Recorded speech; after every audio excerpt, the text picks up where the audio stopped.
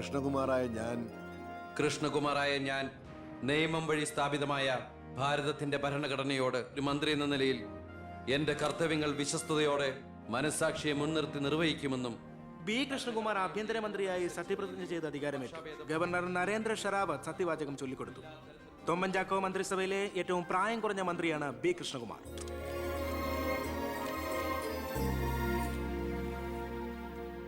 പുരകത്തുമ്പോൾ വാഴ വെട്ടുന്നു എന്ന രീതിയിലല്ലേ ഭൂരിപക്ഷം തികയ്ക്കാൻ ബുദ്ധിമുട്ടിയ KDF-ൽ നിന്നും നിങ്ങൾ ആഭ്യന്തരമന്ത്രി സ്ഥാനം വില പറഞ്ഞു വാങ്ങിച്ചത്? എനിക്ക് കിട്ടിയ അവസരവും ഉപയോഗിച്ചു എന്നുള്ളത് ശരിയാണ്. അത് പക്ഷേ എന്റെയും കുടുംബത്തിന്റെയും സാമ്പത്തിക ഭദ്രത അരക്കെട്ടുറപ്പിക്കാനോ അധികാര ദുർവിനിയോഗത്തിനോ അല്ല, മറിച്ച് എനിക്ക് കിട്ടിയ ഈ അധികാരം ജനനന്മയ്ക്കായി വിവേകത്തോടെ ഉപയോഗിക്കാനാണ്. അച്ഛനെതിരെ മത്സരിച്ചപ്പോഴുണ്ടായ മാനസികാവസ്ഥ? ഞാൻ അച്ഛനെതിരായിട്ടല്ല, അച്ഛന്റെ രാഷ്ട്രീയ നയങ്ങൾക്കെതിരെയാണ് മത്സരിച്ചത്. രാഷ്ട്രീയം വ്യക്തിനിഷ്ഠമല്ല. അച്ഛനെ തോൽപ്പിച്ചപ്പോൾ എന്തു തോന്നി? ഞാനല്ലോ തോൽപ്പിച്ചത്, ജനങ്ങളല്ലേ. രാഷ്ട്രീയക്കാർ കൊള്ളരുതായ്മ കാണിച്ചാൽ വോട്ടിങ്ങിലൂടെ പുറത്താക്കാൻ ജനങ്ങൾക്ക് അവകാശമുണ്ട്. അപ്പോൾ താങ്കളുടെ അച്ഛൻ ശ്രീ ബാലഗംഗാധരൻ ഒരു കൊള്ളരുതാത്തവരും അഴിമതിക്കാരും ഒക്കെ ആണെന്നാണോ ബഹുമാനപ്പെട്ട മന്ത്രി പറയുന്നത്? ഞാനൊരു വ്യക്തിയല്ല ഉദ്ദേശിച്ചത്. അച്ഛൻ കുറ്റവിമുക്തനാണെന്ന് തെളിയിക്കപ്പെട്ട താങ്കൾ ഈ മന്ത്രിസ്ഥാനം ഒഴിഞ്ഞ് അദ്ദേഹത്തിന് വീണ്ടും ഒരു അവസരം നൽകുമോ? അച്ഛൻ നിരപരാധിയാണെന്ന് തെളിഞ്ഞാൽ പാർട്ടി ആവശ്യപ്പെട്ടാൽ എന്റെ മന്ത്രി പദവിയും MLA സ്ഥാനവും ഉപേക്ഷിക്കാൻ ഞാൻ തയ്യാറാണ്. കുറച്ച് സമയം, ഒരുപാട് കാര്യങ്ങൾ. അപ്പോ നമുക്ക് വീണ്ടും കാണാം.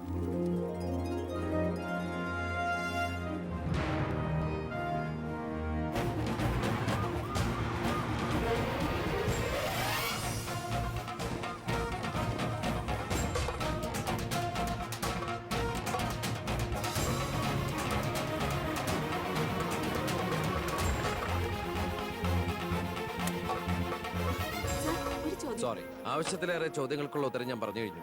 ഇനിയും ആവർത്തിച്ചാൽ വെറും വാചക കസർത്ത് നടത്തുന്ന ഒരു ഹോം മിനിസ്റ്ററായി പോകും ഞാൻ. പ്ലീസ് പ്രവർത്തിച്ച് കാണിക്കാനുള്ള സാവകാശം തരൂ. അപ്പൊ പിന്നെ കാണാം.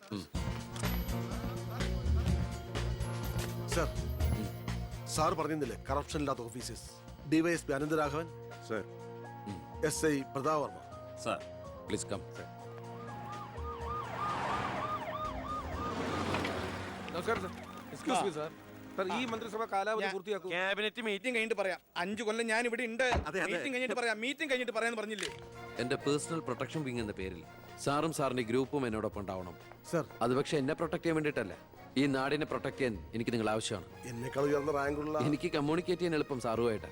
പണ്ട് ലാത്തി ചാർജുകൾക്കിടയിൽ സാർ പലവട്ടം എന്നെ ലാത്തിയുമായിട്ട് പരിചയപ്പെട്ടിട്ടില്ലേ സാർ? അതല്ല സർ. പിന്നെന്താ സാർ? ഒരു റിക്വസ്റ്റ് ഉണ്ട്. യെസ്. സാർ ഇനി എന്നെ സാറേന്ന് വിളിക്കരുത്. ഒരു മന്ത്രിയായെന്ന് കരുതി പെട്ടെന്ന് അപ്പനെ കയറി അവസരപ്പെട്ടാന്ന് വിളിക്കാൻ പറ്റുമോ? ഞാൻ സാറേന്ന് വിളിച്ച് ശീലിച്ചു പോയി. നാവ് അങ്ങനെ വഴങ്ങും സാറേ. ഗുഡ് മോർണിംഗ് ആ അയ്യർ സാർ. ഇവരുടെ പുതിയ പോസ്റ്റിംഗിന്റെ കാര്യം ഞാൻ DGയോട് ഇൻഫോം ചെയ്തിട്ടുണ്ട്. Please take necessary steps. Okay. Hello, ഞാൻ പൗത്രനാ. നിന്റെ സത്യപ്രതിജ്ഞ ഞാൻ TV-യിൽ കണ്ടു. ഒരു യുവാവ് ഹോം മിനിസ്റ്ററായിട്ട് നീ ശരിക്കും ഷൈൻ ചെയ്ത് കേട്ടോ. ആരുടെയെങ്കിലും മുമ്പിൽ ഷൈൻ ചെയ്യണമെന്ന ഉദ്ദേശത്തോടെയല്ല ഞാൻ മന്ത്രിയായത്. പിന്നെ ഞാൻ നിന്റെ പെങ്ങടെ പേരിൽ ഒരു എസ്റ്റേറ്റ് വാങ്ങിയില്ലായിരുന്നോ? ഇവിടെ ഇപ്പൊ തേങ്ങയിടിയിൽ നടക്കുക. ഈ ഏരിയയിൽ കള്ളന്മാരുടെ ഭയങ്കര ശല്യമെന്നാണ് നാട്ടുകാർ പറയുന്നത്. നീ ഒരു 10-20 പോലീസുകാരെ ഇങ്ങോട്ട് ഏർപ്പാടാക്കണം.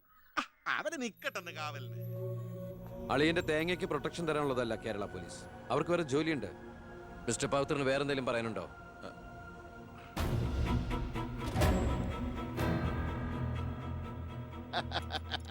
പല വകുപ്പുകളും കൈകാര്യം ചെയ്തിട്ടുണ്ടെങ്കിലും ആഭ്യന്തരം ഇതാദ്യ. മരുന്ന് പയ്യനല്ലേ, അവന് എക്സ്പീരിയൻസ് ഇല്ലല്ലോ. അതുകൊണ്ട് ഭരണമൊക്കെ ഞാൻ തന്നെയാ. ആയിക്കോട്ടെ, വിളിയോട് വിളി. അത് പിന്നെ വിളിക്കാതിരിക്കൂ. സാറിന്റെ ലേഖനം അപാരം. ഇനി അങ്ങോട്ട് ശുക്രദേശയാ. തട്ട് ചെണ്ടയ്ക്കും തുട്ടുപാരാർക്കും. അങ്ങനെ ഞാൻ ഉദ്ദേശിച്ചത് മന്ത്രിയായതിന്റെ ചെണ്ടോട്ടും ആഘോഷവും. ഇരിക്കേ അച്ഛാ, ഒരു മിനിറ്റ്. അനുഗ്രഹം മേടിക്കാനായിരിക്കും. ആയിക്കോട്ടെ ആയിക്കോട്ടെ.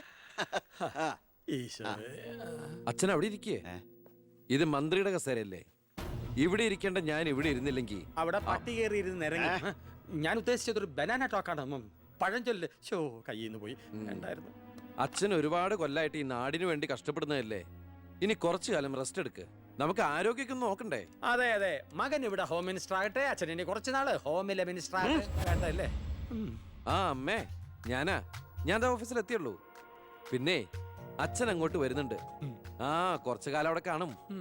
സന്തോഷായില്ലേ? അച്ഛന് ഇഷ്ടപ്പെട്ട ആഹാരങ്ങളൊക്കെ ഉണ്ടാക്കി കൊടുക്കണം. പാലടയും പ്രഥമനൊക്കെ ആയിക്കോട്ടെ.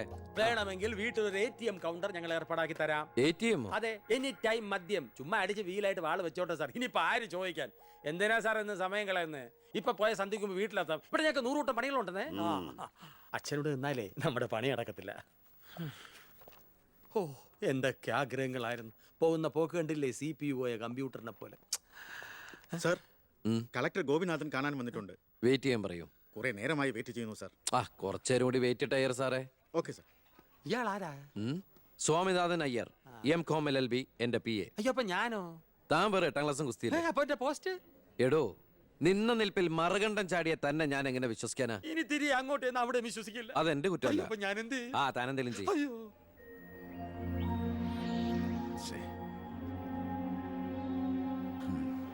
Hello mister Gopinath. ഹായ്. താനെന്താണ് ഇവിടെ? Hey minister. Oh, I am sorry. തന്റെ ബ്രദറിലോ ആണല്ലോ ഹോം മിനിസ്റ്റർ. എടോ, താൻ ഇവിടെ കളക്ടറായിട്ട് 3 വർഷം തയ്യാറായില്ലേ? ദൂരത്തേക്ക് ഒരു ട്രാൻസ്ഫർ വരും മുമ്പ് ഇവിടെ തന്നെ ട്രൈ ചെയ്തൂടെ ഹോം സെക്രട്ടറി ആയിട്ട്? സത്യത്തിൽ ഞാൻ അതിനുവേണ്ടി തന്നെ വന്നത്. പക്ഷെ അളിയനകത്ത് ഭയങ്കര തിരക്ക്. Anyway, okay then, best of luck. Thank you. കഷ്ടം. ആ മണിക്കൂർ 2 ഞാൻ കാത്തു നിൽക്കുന്നേ. എന്തൊരു തിരക്കായിരുന്നളിയാ. കേറിയപ്പോ തന്നെ ഇങ്ങനെ അളിയെ ഫയലിലേ ഒരു അളിയനും അച്ചമ്മയ്ക്കും വീട്ടില്. ഇത് ഹോം മിനിസ്റ്ററുടെ ഓഫീസാണ്. Call me sir. അങ്ങനെ വിളിക്കണമെന്ന് ഞാൻ പറയില്ല. സർ. എന്തായാലും വിളിച്ചു പോയില്ലേ, ശീലായിക്കോട്ടെ. കണ്ടിന്യൂ ചെയ്തോളൂ. Anything official?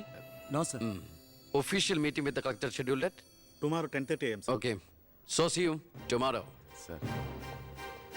സാറിന്റെ അമ്മായച്ചനല്ല ഇപ്പൊ മന്ത്രി, അളിയനാ. ആള് സ്ട്രൈറ്റാ, വെളച്ചിലൊന്നും നടക്കുകയല്ല. എനിക്കിട്ടും കിട്ടി തട്ട്. വിട്ടോ എന്തൊരു സ്ട്രിക്റ്റ്.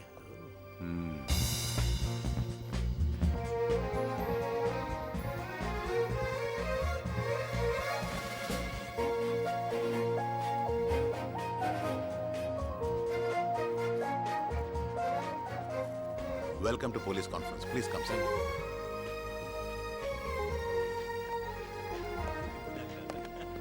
അളിയനെത്തി. ആ കൺഗ്രാറ്റ്സ് അളിയാ.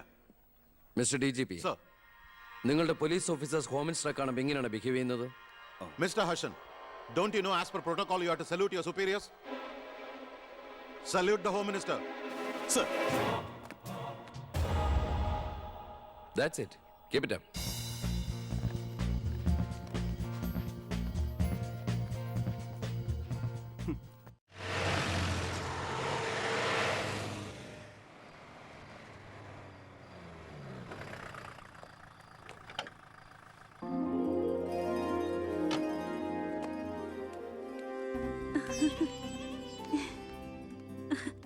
ഏട്ടാ, അമ്മേ, എന്താടി? വാ മോനെ. ഏയ് ഇരിക്കെ, ബഹുമാനൊക്കെ ഓഫീസിൽ മതി. ആര് ബഹുമാനിക്കുന്നു നിന്നെ? ഓ, ഒരു മന്ത്രി. ഞങ്ങൾ കുറെ മന്ത്രിമാരെ ചെറുപ്പം മുതൽ കണ്ടിട്ടുള്ളതാ. അച്ഛൻ മന്ത്രിയായിരുന്നപ്പോ വീട്ടു സാധനങ്ങൾ വാങ്ങുന്ന തൊട്ട് അടുക്കളപ്പണി വരെ ചെയ്യിച്ചിട്ടുണ്ട് നിന്റെ ഈ പോലീസുകാരെ കൊണ്ട്.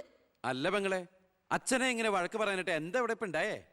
അച്ഛൻ ഇപ്പൊ മന്ത്രിയല്ലെന്നും പറഞ്ഞ് അച്ഛന്റെ മെക്കിട്ട് കയറിയണ്ടല്ലോ. ഒരു മകൻ എന്നല്ലേ ഞാൻ സഹിക്കില്ല കേട്ടോ. ഞാൻ നിന്നോടാ പറഞ്ഞത്. നിന്റെ 5-6 പോലീസുകാരെ ചോദിച്ചപ്പോ നീ പവിയനെ അപമാനിച്ചില്ലേ? ഓ, റൂട്ട് അങ്ങോട്ടാണോ?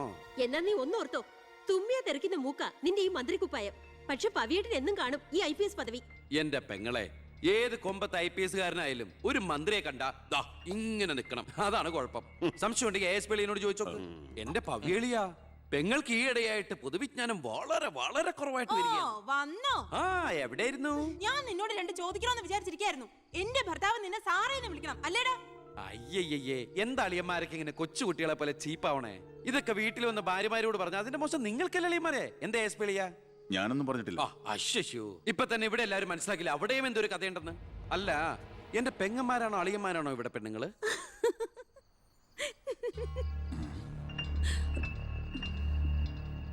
അച്ഛാ, അച്ഛനെങ്കിലും ഒന്ന് പറഞ്ഞു കൊടുത്തൂടെ കുട്ടികൾക്ക് ഓഫീസ് വേറെ വീട് വേറെ എന്ന്?